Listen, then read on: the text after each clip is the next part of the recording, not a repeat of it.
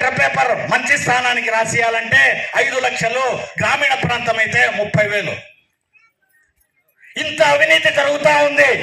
మనం ఏర్పాటు చేసుకున్న ప్రభుత్వం, మన చంద్రబాబు నాయుడు మనకు అప్పగించిన బాధ్యత, ప్రతి స్థాయిలో అధికారిని నాయకుడిని నిలదీయండి.